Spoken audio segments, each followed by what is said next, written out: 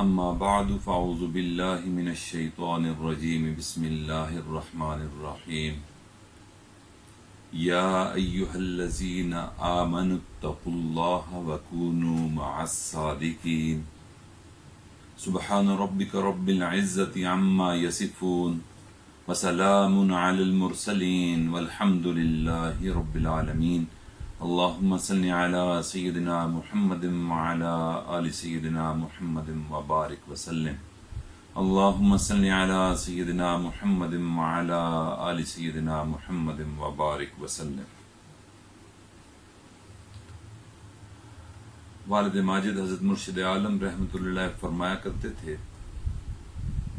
کہ انسان کا اس دنیا میں آنا آسان، انسان کا انسان بننا مشکل کام۔ جو بنتا ہے یا بناتا ہے وہ پتہ پاتا ہے۔ واقعی یہ بڑا قیمتی قول تھا، اور اب یہ سمجھ آتی ہے کہ بننا اور بنانا کتنا مشکل کام ہے۔ انسان دنیا میں تو آ جاتا ہے، ایک ظاہری طور پر انسان کا روپ تو اختیار کر لیتا ہے، لیکن صحیح معنوں میں انسان بننا وہ کسی انسان کے ہاتھ لگے گا تو پھر انسان بنے گا۔ تورات کے متعلق قرآن عظیم الشان میں اللہ رب العزت نے ارشاد فرمایا کہ تفصیلا لکل شیء، کہ اس میں ہر چیز کی تفصیل موجود ہے، اور ساتھ حکم کیا کیا کہ تمہیں تفصیل تو مل گئی، اب تمہیں چاہیے کہ تم موسیٰ علیہ السلام جو وقت کے پیغمبر ہیں ان کی پیروی کرنا۔ اسی طرح اللہ رب العزت نے قرآن پاک میں ارشاد فرمایا کہ تبیانا لکل شیء، کہ ہر چیز کی وضاحت اس کلام پاک میں موجود ہے، لیکن تم نے اس کو پڑھ کر نبی علیہ الصلوۃ والسلام کی صحبت میں جانا ہے، ان کی صحبت کو اختیار کرنا ہے، اور پھر تمہیں وہ انسان بنائیں گے۔ نبی علیہ الصلوۃ والسلام اس دنیا میں دو چیزیں لے کر تشریف لائے، ایک روشن کتاب تھی، ایک دوسرا روشن دل تھا، ایک علم کامل اور دوسرا عمل کامل۔ علم کامل وہ روشن کتاب، اور عمل کامل نبی علیہ الصلوۃ والسلام صحابہ کی تربیت کے بعد جو ان کو دل کو سنوار دیا کرتے تھے اس کو عمل کامل کہتے ہیں۔ اور یہ ہدایت کے سرچشمے صحابہ کرام رضوان اللہ تعالی علیہم اجمعین کے سامنے قرآن پاک نازل ہوا کرتا تھا۔ اس کے باوجود نبی کریم صلی اللہ علیہ وسلم کے بارے میں فرمایا وَيُزَكِّيهِمْ، کہ وہ ان کا تزکیہ کرتے تھے۔ معلوم یہ ہوا کہ تزکیہ کے لیے کسی مزکی کی ضرورت ہوتی ہے، کسی اللہ والے کی ضرورت ہوتی ہے۔ جیسے کپڑے کو دھونا ہو تو میلے کپڑے کو ہم دھوبی کے پاس لے جاتے ہیں، وہ صابن لگاتا ہے اور اس کپڑے کو اجلا کر دیتا ہے۔ اسی طرح ہم اپنے میلے دل کو کسی اللہ والے کے پاس لے کر جائیں گے، وہ ذکر کے صابن سے اس میلے دل کو اجلا ہوا دل بنا دیں گے۔ اس کی ایک عقلی دلیل بھی ہے مزکی کی، اللہ والوں کی۔ وہ عقلی دلیل کیا ہے کہ کوئی بھی طالب علم جب پرچہ دینے کے لیے بیٹھتا ہے تو وہ اپنے ذہن کے مطابق ہر سوال کا جواب دیتا ہے۔ اگر اس کو معلوم ہو کہ یہ جواب میں غلط لکھ رہا ہوں تو وہ جواب کیوں دے، اس کو معلوم نہیں ہوتا۔ وہ اپنی فہم اور عقل کے مطابق اور تیاری کے مطابق جواب دیتا ہے، اس میں سے کچھ سوال کا جواب ٹھیک ہو جاتا ہے، کچھ کا جواب غلط ہو جاتا ہے۔ اگر اس کو یہ یقین ہو کہ یہ غلط میں کر رہا ہوں، غلط جواب دے رہا ہوں، تو وہ غلط جواب کیوں دے گا؟ وہ راتوں کو بھی جاگتا رہا، ریاضتیں محنتیں کرتا رہا، کھیل کود کو بھی چھوڑے رکھا، اور پھر امتحان کی تیاری میں لگ کر وہ غلط جواب کیوں دے گا؟ اس کا جواب یہ ہے کہ اس کو جو فہم تھا اس کے مطابق اس نے جواب دے دیا. اب غلطی اس نے کی کہ سوال کا جواب غلط دے دیا، تو اس کو بعد میں احساس ہوتا ہے جب نتیجہ آتا ہے. یہی معاملہ انسان کا ہے. وہ اپنی ذات کی خود اصلاح نہیں کر سکتا، کسی اللہ والے کے پاس جاتا ہے. اللہ والا بتاتا ہے اس کو کہ یہ ٹھیک کر رہے ہو، یہ کام تم غلط کر رہے ہو. اگر اللہ والے کے پاس بندہ نہ جائے تو شیطان تو برے اعمال کو بھی مزین کر کے بتاتا ہے اور کوئی نہ کوئی دلیل انسان کو دے ہی چھوڑتا ہے. مثال کے طور پر جو بندے بھی رشوت لیتے ہیں تو ان کے پاس بھی ایک دلیل ہوتی ہے کہ جی میں اپنے لیے نہیں لیتا، بچوں کا پیٹ بھی تو پالنا ہے نا. یہ دلیل کون دیتا ہے؟ یہ شیطان دیتا ہے. لیکن جن بندوں کو اللہ رب العزت اپنے خاص بندوں کے پاس بھجوا دیا کرتے ہیں، پھر خاص بندے اللہ والے ان کی تربیت کرتے رہتے ہیں، اور وہ جو شیطان دلیلیں دیتا رہتا ہے ان کا رد کرتے رہتے ہیں اور ان کی اصلاح کرتے رہتے ہیں. اللہ کرے کہ ہمیں بھی کسی اللہ والے کی صحبت میسر آ جائے، اور یہ صحبت بڑی نعمت ہوتی ہے. والد ماجد حضرت مرشد عالم رحمۃ اللہ علیہ فرمایا کرتے تھے کہ جب میرے شیخ حضرت خواجہ عبد المالک صدیقی رحمۃ اللہ علیہ اس دنیا سے رخصت ہو گئے، اس وقت ان کی عمر والد محترم کی تقریباً 70 سال کے قریب تھی. شیخ کے دنیا کے چلے جانے کے بعد حضرت ابا جی فرمانے لگے کہ میں پورے ملک میں گھوما، کبھی ایک اللہ والے کے پاس، کبھی دوسرے اللہ کے والے کے پاس، بیرون ملک بھی سفر کیے، حج کے، وہاں بھی اللہ والوں کو کے پاس جاتا تھا اور اپنے آپ کو پیش کرتا تھا کہ مجھے بیعت کر لیں.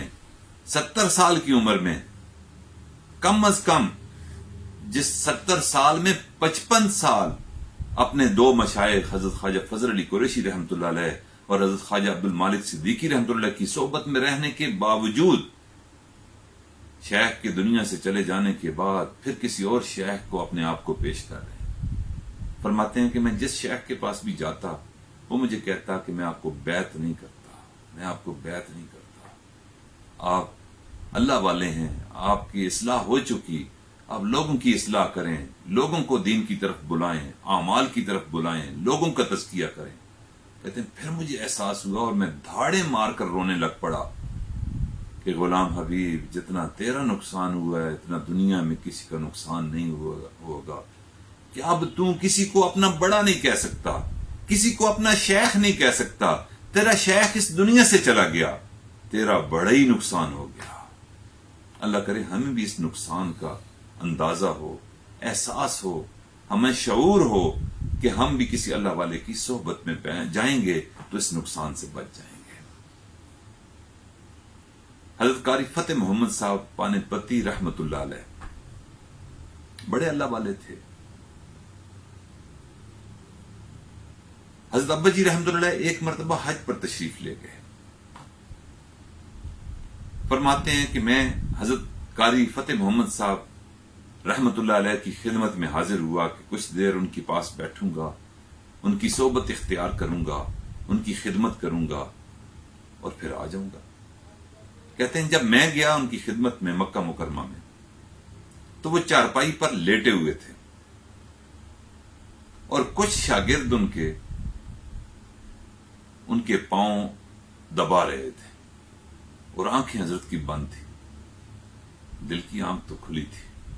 حضرت ابا جی فرماتے ہیں کہ میں ان کی خدمت میں گیا، دیکھا، اشارے سے منع کر دیا کہ حضرت کو اطلاع نہ دی جائے، اور میں ان کے پاؤں کے پاس بیٹھ کر حضرت قاری صاحب کے پاؤں کو جو ہی ہاتھ لگایا تو حضرت قاری صاحب فوراً کہنے لگے یہ کون آیا ہے جو میرے پاؤں کو دبانا چاہتا ہے. ایک خادم تھا اور وہ حضرت کی خدمت میں تھا، تو اس نے کہا کہ حضرت پیر غلام حبیب نقشبندی رحمۃ اللہ چکوال والے تشریف لائے ہیں تو حضرت قاری صاحب نے فوراً پاؤں کو پیچھے کھینچ لیا اور کہنے لگے کہ باقی دباتے رہیں، آپ رہنے دیں۔ اللہ اکبر۔ کہتے ہیں انہوں نے میرے پاؤں اپنا تو پیچھے کھینچ لیا، بالآخر میں رو پڑا اور کہنے لگا کہ آج کیسا وقت آ گیا ہے کہ دنیا میں مجھے کوئی ایسا بندہ نہیں نظر آتا جو مجھے اپنے پاؤں دبانے کی اجازت دے دے۔ یہ میرے بھائیو احساس کیا ہمارے اندر ہے؟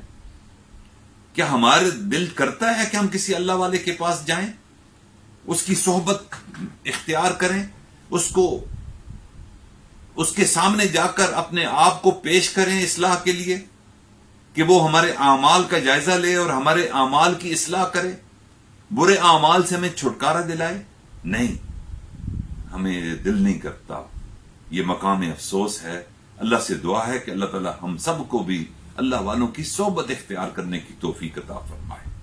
جتنے مشاہیر علماء کرام تھے، تاریخ پہ نظر دوڑائیں، بڑے بڑے نامی جتنے بھی تھے وہ اللہ والوں کی صحبت میں جایا کرتے تھے۔ سفیان ثوری فرماتے ہیں، بڑے اللہ والے ہیں، بڑے عالم ہیں، کہ اگر میری زندگی میں ابو ہاشم صوفی رحمہ اللہ نہ ہوتے تو ہم ریا کے باریک نقطوں سے کبھی واقف نہ ہو سکتے۔ اب سفیان ثوری کتنے بڑے عالم ہیں، تابعی ہیں، لیکن جا رہے ہیں خدمت میں ایک اللہ والے کے، ابو ہاشم صوفی رحمۃ اللہ علیہ۔ خود امام اعظم ابو حنیفہ رحمۃ اللہ علیہ فرماتے ہیں کہ میں 2 سال حضرت امام جعفر صادق رحمۃ اللہ علیہ جو سلسلہ عالیہ نقشبندیہ میں 5ویں نمبر پر آتے ہیں ان کی خدمت میں گیا، اور پھر کمال کے الفاظ انہوں نے فرمائے لو لسنتان، اگر میری زندگی میں یہ 2 سال نہ ہوتے، لہلک النعمان، نعمان تو ہلاک ہو گیا ہوتا۔ کتنا بڑا عالم، اور کہہ رہے ہیں کہ میں ہلاک ہو جاتا اگر میری زندگی میں یہ 2 سال جو میں نے حضرت امام جعفر صادق رحمۃ اللہ کی خدمت میں گزارے، اگر یہ میری زندگی میں نہ آتے۔ امام غزالی کے پیر و مرشد تھے سلسلہ عالیہ نقشبندیہ کے بزرگ حضرت خواجہ ابو علی فارمدی رحمۃ اللہ علیہ۔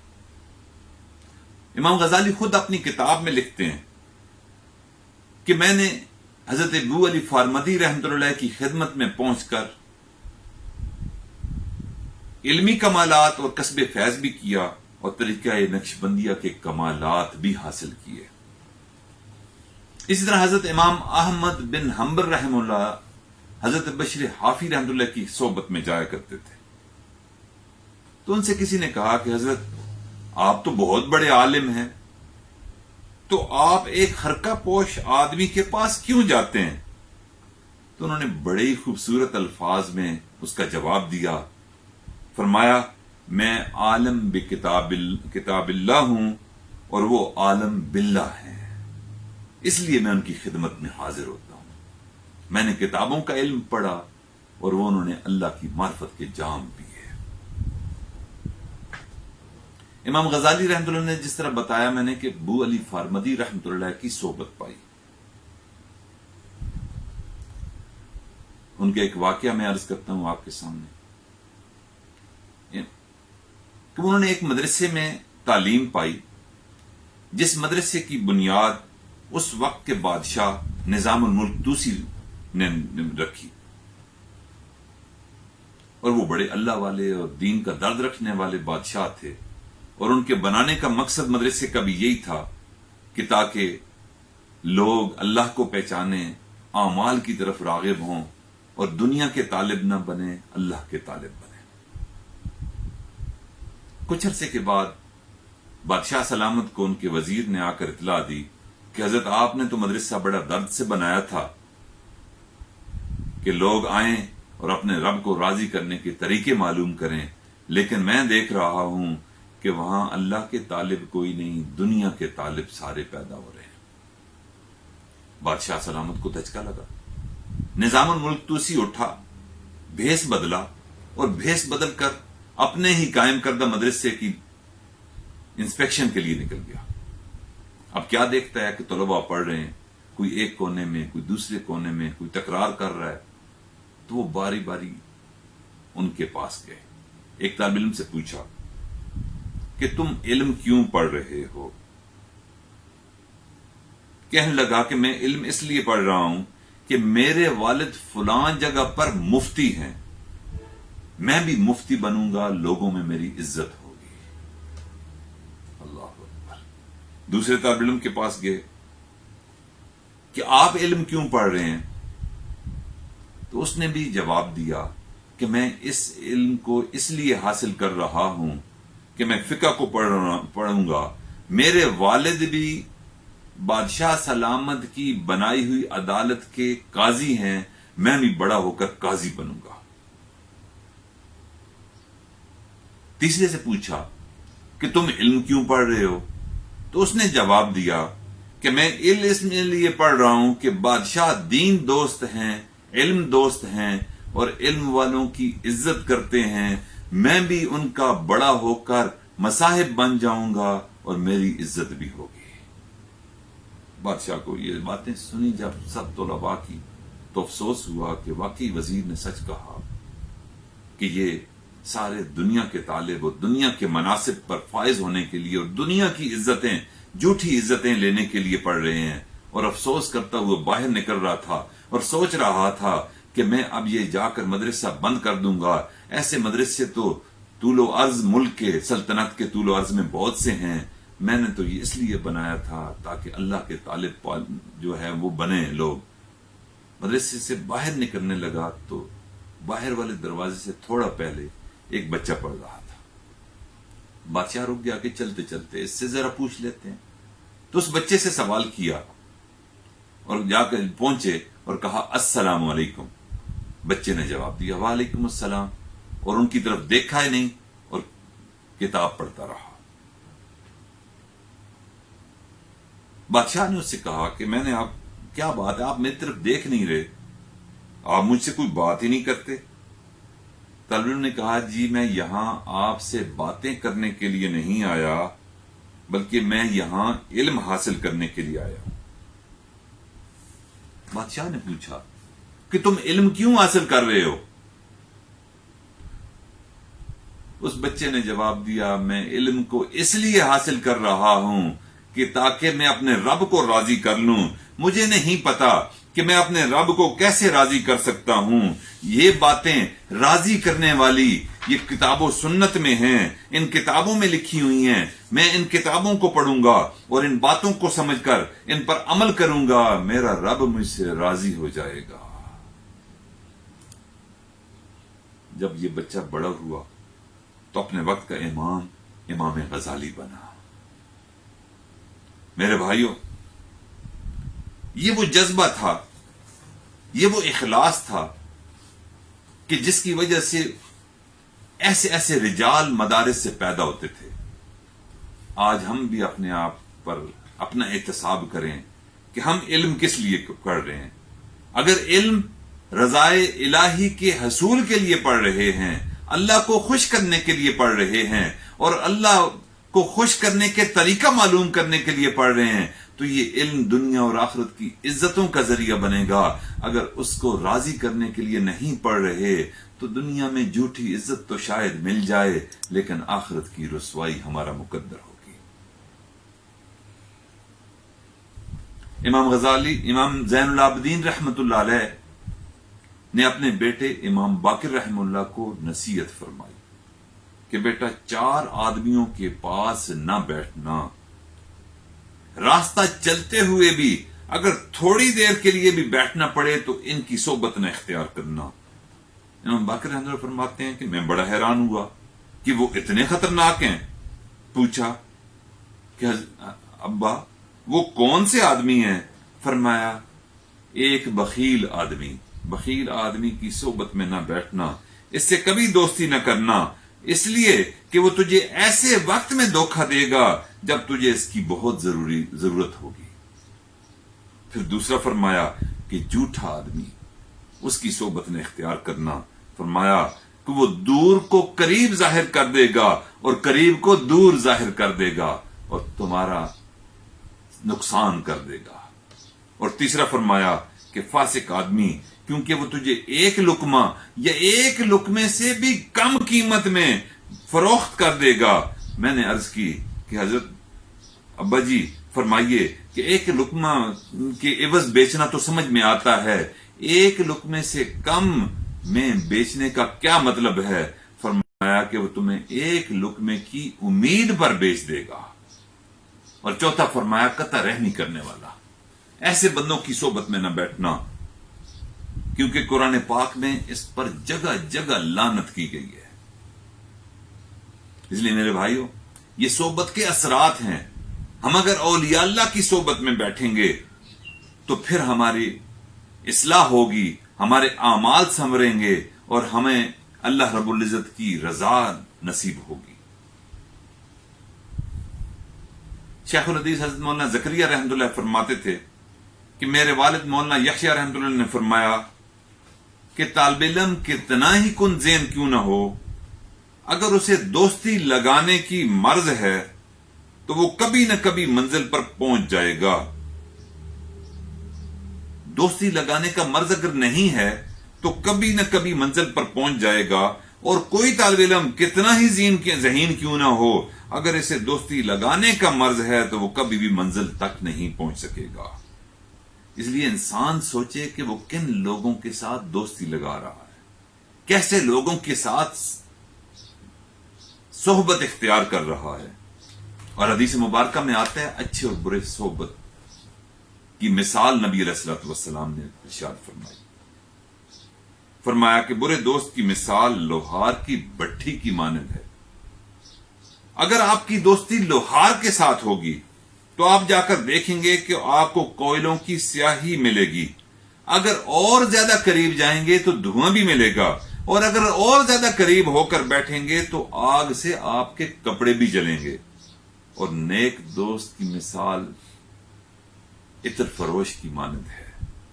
اس کے پاس جائیے, اول تو عطر کی خوشبو آئے گی, اگر آپ اور قریب جائیں گے تو وہ عطر آپ کو لگا دے گا, اگر آپ اس کے اور قریب جائیں گے تو وہ عطر فروش کچھ ہدیہ دے کر عطر کا آپ کو رخصت کر دے گا, اور ہمیشہ ہمیشہ کی خوشبو آپ کو مل جائے گی.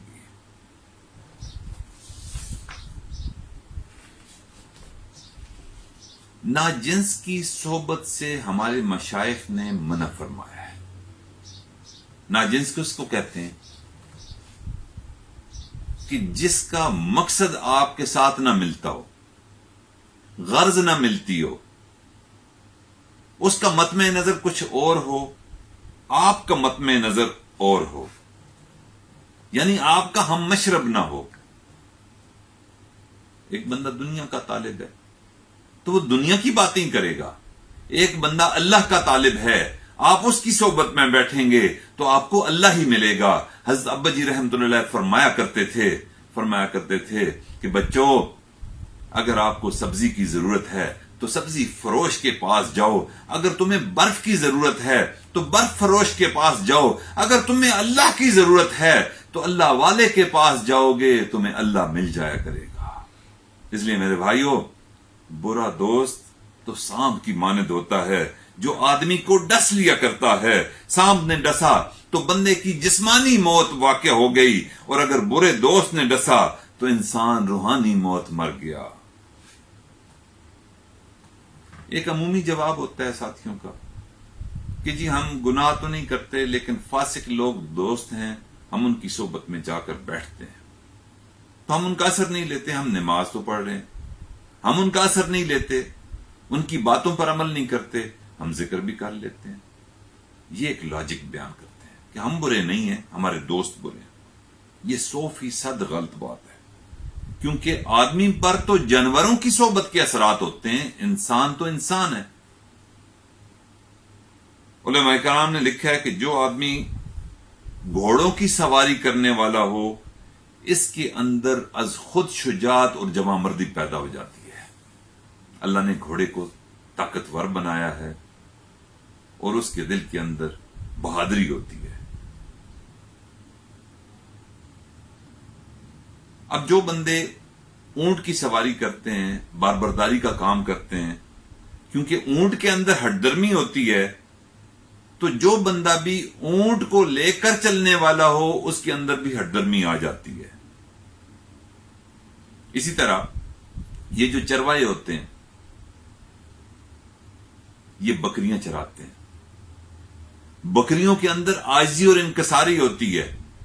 اور آپ دیکھیں کہ تمام انبیاء میں ایک چیز کامن تھی، اور وہ کامن کیا تھی کہ وہ بکریوں کو چرایا کرتے تھے.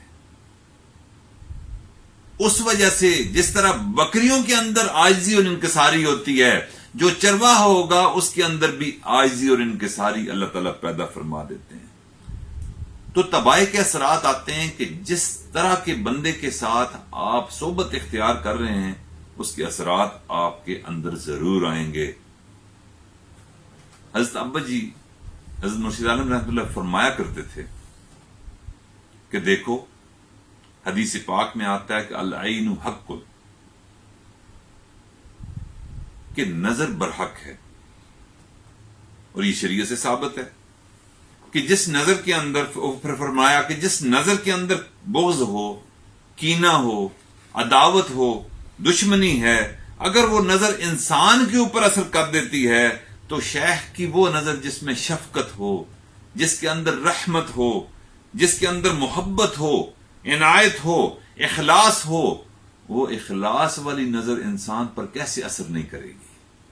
اس لیے اچھے لوگوں کی صحبت میں ہم بیٹھیں گے تو اچھے اثرات پڑیں گے، اور برے لوگوں کی صحبت میں بیٹھیں گے تو برے اثرات پڑیں گے. اس لیے اللہ رب العزت نے قرآن پاک میں ارشاد فرما دیا، یا ایھا الذین آمنوا اتقوا اللہ، اے ایمان والو اللہ سے ڈرو، وکونوا مع الصادقین، اور سچے لوگوں کی صحبت اختیار کیا کرو.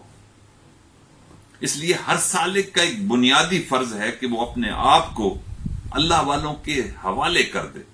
جو بھی یہ چاہتا ہے کہ میں اللہ کی محبت کو حاصل کروں، اللہ والا بنوں، اور اللہ رب العزت کی رحمت مجھ پر ہو، اور وہ اللہ والوں کی صحبت اختیار کرے گا، تو پھر یہ بات بنے گی. مولانا روم رحمۃ اللہ علیہ فرمایا کرتے تھے کہ قال را بگزار مرد حال شو، پیش مرد کامل پامال شو، صد کتابو صد ورق در نار کن، جانو دل را جانب دلدار کن. میرے بھائیو، ہم بھی اپنے جان کو، اپنے دل کو اگر دلدار کی طرف، اللہ کی طرف راغب کرنا چاہتے ہیں تو ہمیں چاہیے کہ ہم کسی اللہ والے کے پاس پیش ہو کر اپنے آپ کو پامال کر دیں، اپنے آپ کو ذلیل کر دیں، اپنے آپ کو پیش کر دیں. ایک وقت آئے گا اس ذلت کی وجہ سے، اس صحبت کی وجہ سے جو ہم بزرگوں کے پاس جا کر ڈانٹ ڈپٹ کروا کر اپنے اصلاح کروائیں گے، ہم ایک دن آئے گا کہ اللہ رب العزت کی محبت کو ضرور پالیں گے. صحبت کے میرے بھائیوں بڑے اثرات ہیں،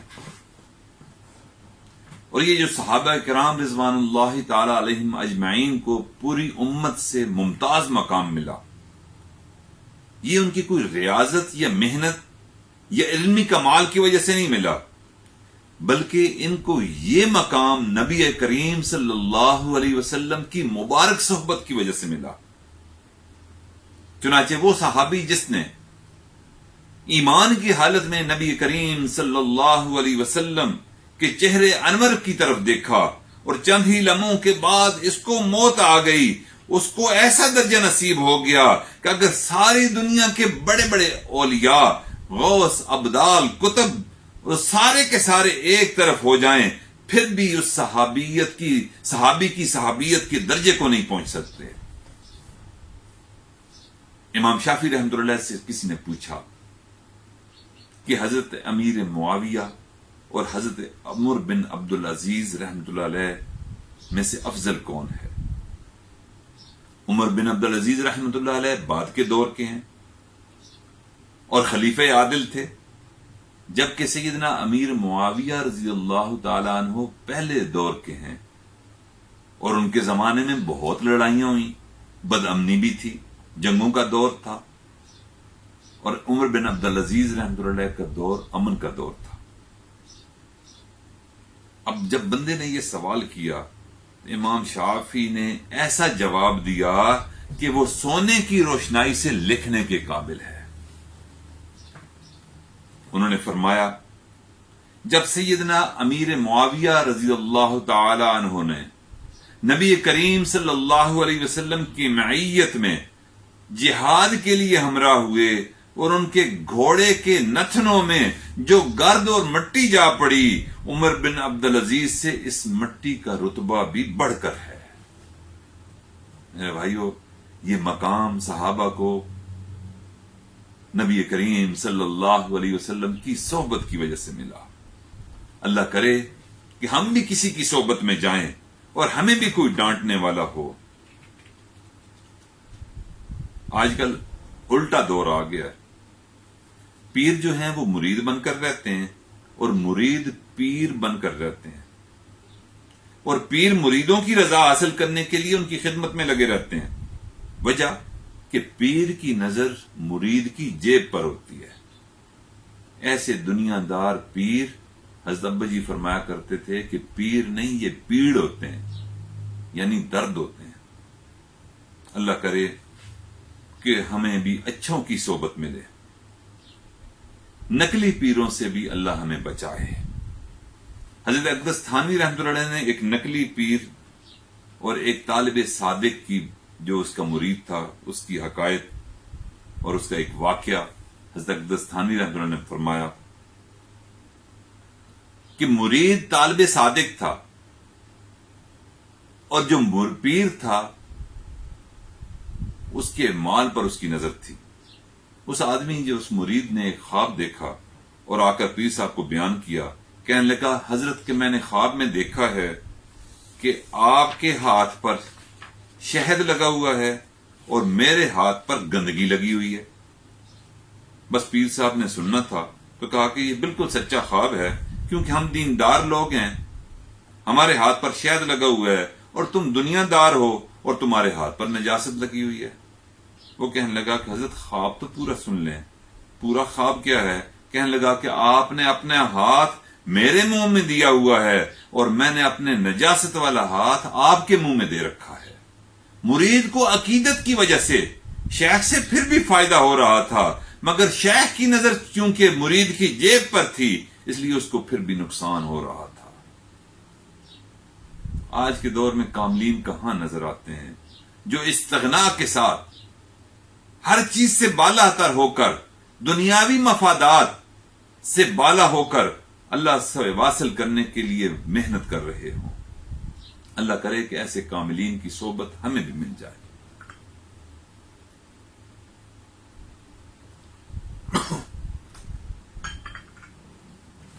شیخ کامل کی یہ علامت ہوتی ہے کہ وہ ڈانٹ ڈپٹ کرتا رہتا ہے۔ حضرت والد گرامی حضرت مرشد عالم رحمۃ اللہ فرمایا کرتے تھے کہ جب تک دب نہ ہو اس وقت تک ادب پیدا نہیں ہوتا۔ دب کس کو کہتے ہیں؟ ڈانٹ ڈپٹ کو کہتے ہیں۔ اس ڈانٹ ڈپٹ سے ہمیں گھبرانا نہیں چاہیے، بلکہ اس ڈانٹ ڈپٹ کو اپنے لیے تریاق سمجھنا چاہیے، کیونکہ مشائخ نے فرمایا کہ شیخ کی نظر جس مرید پر زیادہ ہوتی ہے اس کو ڈانٹ پڑتی رہتی ہے، اور جس پر شیخ کی نظر پڑ جائے ایک وقت آتا ہے کہ وہ اللہ کی نظر میں بھی آ ہی جاتا ہے۔ اور یہ ڈانٹ ڈپٹ کرتے وقت مشائخ اپنے آپ کو افضل نہیں سمجھتے، بلکہ وہ اپنا ایک فرض منصبی سمجھتے ہیں۔ حضرت اقدس تھانوی رحمۃ اللہ فرماتے ہیں کہ جب شیخ کسی کو ڈانٹتا ہے تو اپنے آپ کو اس سے افضل نہیں سمجھتا، بلکہ اس کی حالت تو اس جلاد کی سی ہوتی ہے کہ جو شہزادے کو سزا دے رہا ہوتا ہے۔ جلاد کو بادشاہ حکم دیتا ہے کہ شہزادے کو سزا دو، جلاد شہزادے کو کوڑے تو مار رہا ہوتا ہے مگر دل میں اس کے شہزادے کی عظمت بھی ہوتی ہے۔ اسی طرح شیخ اس احساس کے ساتھ مرید کو ڈانٹ ڈپٹ کرتے ہیں جیسے کسی خوبصورت بچے نے اپنے چہرے پر مٹی لگا لی ہو، اب اس کو وہ دھو دیں گے تو اندر سے چمکتا ہوا چہرہ نکل آئے گا. اس طرح جب بندہ مرید طالب صادق ہو کر شیخ کے سامنے بیٹھتا ہے، ڈانٹ ڈپٹ سہتا ہے، ان کی روک ٹوک کو قبول کرتا ہے، تو پھر ایک وقت آتا ہے کہ وہ بندہ ایک گندا دل لے کر آتا ہے، اور جب اس خانقاہ سے رخصت ہو رہا ہوتا ہے تو اجڑا ہوا دل لے کر اپنے گھر کو روانہ ہو جاتا ہے. حضرت حاجی امداد اللہ مہاجر رحمت اللہ علیہ بھی عاجزی اور انکساری کے کوہ گراں تھے. ان کا عجز بڑا مشہور تھا. ایک آدمی آ کر کہنے لگا کہ حضرت فلاں بزرگ تو لوگوں سے بڑے استخارے کرواتے ہیں، خود بھی استخارے کرتے ہیں اور پھر جا کر بیعت کرتے ہیں. آپ کا معاملہ، آپ کی رحمت زیادہ ہے، جو بھی آپ کے پاس آتا ہے آپ اس کو بیعت کر لیتے ہیں، سلسلے میں داخل کر لیتے ہیں. یہ کیا وجہ ہے؟ اب عاجزی کی بات دیکھیں. سید الطائفہ ہیں، بڑے بڑے اکابر مشائخ کے شیخ ہیں، لیکن عاجزی دیکھیں. فرمانے لگے کہ میں اس لیے ہر بندے کو سلسلے میں داخل کر لیتا ہوں، بیعت کر لیتا ہوں کہ اگر قیامت کے دن میرے مرید اپنے پیر کو جہنم میں جاتا ہوا دیکھیں گے تو کوئی تو ان میں سے ایسا ہوگا جو اپنے پیر کی شفاعت کرے گا. کسی ایک کی شفاعت سے اللہ تعالیٰ پیر کو بھی جنت میں جانے کی توفیق دے دیں گے. کیا عاجزی ہے! کیا اپنے آپ کو بے نفس کیا ہوا ہے اور اس کا اظہار بھی کر رہے ہیں. ایسی بے نفسی اللہ کرے ہمارے اندر بھی آ جائے. لیکن آج کل تو معاملہ الٹ ہے. ایک عجیب بات سنیں. کسی بندے نے کہا کہ حلوہ پیر اور مولوی کے ہونٹ کا سیمنٹ ہے، یعنی جو پیر حلوے کھائے گا وہ مریدوں کی اصلاح کیا کرے گا، جو مولوی حلوے کھائے گا وہ لوگوں کو دین کیا سکھائے گا، حق بات کیسے کرے گا، لوگوں کو شریعت کے مسائل نہیں بتائے گا بلکہ لوگوں کو ان سے راضی ہونے کے مسائل بتائے گا. ہمارے مشائخ کا تو یہی اعزاز ہے میرے بھائیوں کہ وہ حلووں پر نہیں بلکہ اللہ کے جلووں پر نظر رکھتے تھے. دنیا کے طالب نہیں بلکہ وہ اللہ کے طالب بن کر مریدوں کی اصلاح فرماتے تھے، کیونکہ انہیں معلوم تھا کہ الدنیا جیفتن وطالبها کذاب. دنیا ایک مردار ہے اور اس کے جاننے والے کلابن کتے ہیں. لمحہ فکریہ ہے میرے دوستو. یہ ہمیں بھی چاہیے کہ ہم اللہ والوں کی صحبت اختیار کریں اور مال و منال سے ہٹ کر ہم اللہ تعالیٰ کی رضا کے لیے اپنے مشائخ کی صحبت میں بیٹھیں. ہمیں چاہیے کہ ہم سب اپنے باقی ماندہ زندگی کی قدر کر لیں. یہ 2-4 دن، 2-4 سال، 10-20 سال اگر ہیں ہماری زندگی کے تو ہمارے لیے وہ سرمایہ اس دنیا کے لیے بن جائیں، آخرت میں لیے بن جائیں. ایک بوڑھی عورت اٹی لے کر جا رہی تھی تاکہ حضرت یوسف کو خرید سکے. کہنے والے نے کہا کہ بڑے بڑے رؤساء آئیں گے، شہزادے آئیں گے، بادشاہ آئیں گے اور یوسف علیہ السلام کے خریدار بنیں گے. یہ اٹی لے کر تم بھی جا رہی ہو، اس کی تو کوئی حیثیت نہیں. اس نے کہا مجھے بھی معلوم ہے کہ رؤساء، بادشاہوں اور شہزادوں کا مقابلہ میں نہیں کر سکتی، میں یوسف کو نہیں خرید سکتی. لیکن ایک بات تو طے ہے کہ جب روز قیامت اللہ رب العزت پوچھیں گے کہ میرے یوسف علیہ السلام کے خریدار کہاں ہیں، تو جہاں بڑے بڑے بادشاہ اور شہزادے جائیں گے، عمرا اور رؤساء جائیں گے، ان خریداروں میں میرا نام بھی لکھا جائے گا اور مجھ پر بھی اللہ کی رحمت ہو جائے گی. اس طرح میرے بھائیوں، یہ جو چند دن ہیں، چند سال ہیں ہماری زندگی کے، ہم بھی اللہ والوں کی صحبت میں جا کر بیٹھیں اور ہو سکتا ہے کہ یہ چند دن، چند منٹ کی صحبت یہ بھی ہمارے کام آ جائے، اللہ کی رحمت کو کھینچنے کا ذریعہ بن جائے. اللہ رب العزت روز قیامت اعلان فرمائے کہ کہاں ہے میرے اولیاء اللہ جو خانقاہوں میں بیٹھ کر میرا ذکر کیا کرتے تھے، لوگوں کی اصلاح کیا کرتے تھے، وہ بھی آ جائیں، ذکر کرنے والے بھی آ جائیں. تو یہ چند منٹ کی صحبت اور ذکر کرنا اللہ والوں کے ساتھ، اس کی وجہ سے ہو سکتا ہے کہ اللہ رب العزت ہمارے حال پر بھی رحم فرما کر ہمارا حشر نشر بھی ان اکابر علماء، ان اکابر اولیاء جو ان کے ساتھ بیٹھتے تھے ان کے ساتھ ہمارا حشر نشر بھی کر دیں. اللہ رب العزت سے دعا ہے کہ ہمیں اپنی اصلاح کی فکر کرنے کی توفیق عطا فرمائے، ہمیں مشائخ کی صحبت میں بیٹھنے کی توفیق عطا فرمائے، خانقاہوں میں جا کر اپنے آپ کو اصلاح کے لیے پیش کرنے کی توفیق عطا فرمائے۔ وآخر دعوانا ان الحمد للہ رب العالمین۔